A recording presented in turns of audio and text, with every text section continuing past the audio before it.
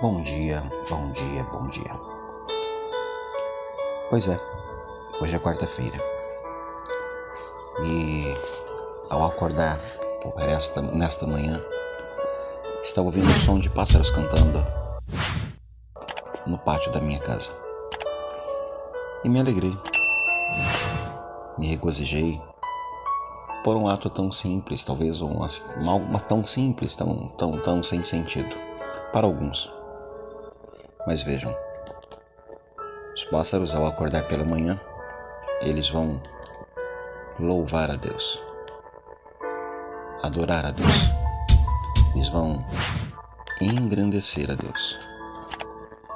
E é interessante que você, ao olhar para os pássaros, você não vê casas, edificações, carros, dispensa, alimentos estocados. Nós muitas vezes temos tudo isto. Vivemos uma busca constante, e sempre estamos reclamando. E não tiramos um momento para agradecer a Deus pela vida, por aquilo que Ele tem nos dado.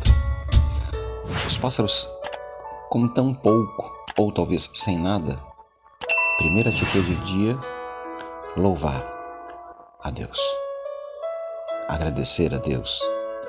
Que sejamos como os pássaros, que venhamos acordar cantando, alegres, agradecendo a Deus pela vida, pela noite, pelo dia, pela saúde, pelo ar que respiramos, pelo fôlego de vida, ao invés de maldizermos mais um dia que tem que acordar e que trabalhar e que isto ou com aquilo, mas que possamos ser gratos por tudo aquilo que temos, por tudo aquilo que conquistamos e aquilo que não alcançamos ainda, estamos na busca.